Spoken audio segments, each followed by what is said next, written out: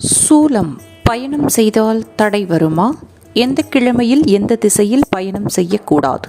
சூடு அதிகமாக இருக்கும் திசையை சூலம் என்று குறிப்பிட்டுள்ளார்கள் நமது முன்னோர்கள். அந்த திசையில் பயணிக்க வேண்டாம் என்று அறிவுரையும் கூறியுள்ளனர். சூரியன், சந்திரன், செவ்வாய், புதன், குரு, சுக்கிரன், சனி ஆகிய கோள்களையே வார நாட்களாக ஞாயிறு, திங்கள், செவ்வாய், புதன், வியாழன், வெள்ளி, சனி என நாம் பெயர் வைத்திருக்கிறோம். எந்த திசை சூலம்? ஒவ்வொரு கோளுக்கும் அந்த நாளுக்குரிய சூலம் காட்டும் திசையாக இருக்கும். சூரியன் சுக்கிரனின் திசை கிழக்கு ஞாயிறு என்பதால் சுக்கிரனின் திசை கிழக்கு என்பதால் ஞாயிறு, வெள்ளிக்கிழமைகளில் மேற்கில் சூலம். சந்திரன், சனி ஆகியோரின் திசை மேற்கு என்பதால் திங்கள், சனியில் கிழக்கே சூலம் என்று பஞ்சாங்கத்தில் குறிப்பிடப்பட்டுள்ளது.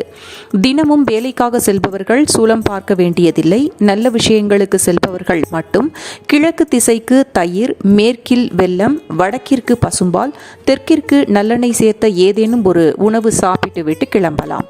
கர்ப்பிணி பெண்கள் சூடு அதிகமாக இருக்கும் திசையில் பயணிக்கும் போது வயிற்றில் உள்ள குழந்தைக்கும் தாய்க்கும் உடல்நலம் பாதிக்கப்படக்கூடாது என்பதால் சூலம் பார்த்து பயணம் செய்ய வேண்டும் என்று சொல்லியிருக்கின்றனர் நம் முன்னோர்கள்.